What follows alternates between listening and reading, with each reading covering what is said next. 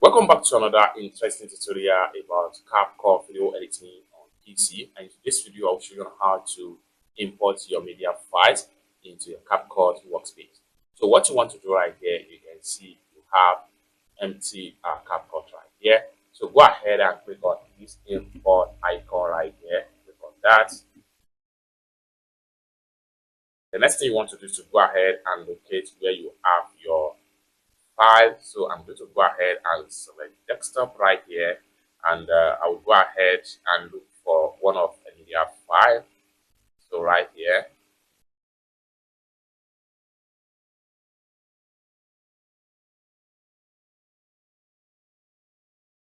so this particular folder, I'm going to open it.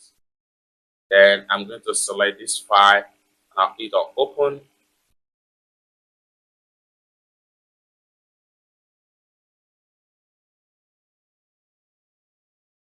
Just like so. And mind you, there are certain file formats you can import in CapCut PC. One of them is video file format that are supported.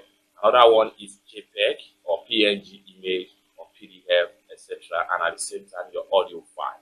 So those are the files you can import into your CapCut video editing software. So just like what you see right here, I've imported this particular one right here.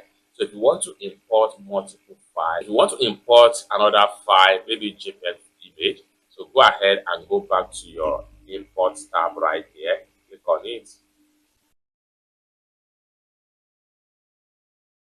Then it's going to pop up right there. Then from your file folder, select your image and hit on import, open.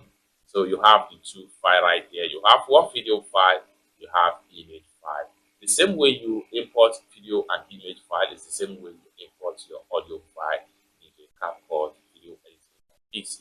It's that simple. For more tutorial tips and tricks about how best to use your CapCut on PC, consider to subscribe. Thank you so much for watching, and I hope to see you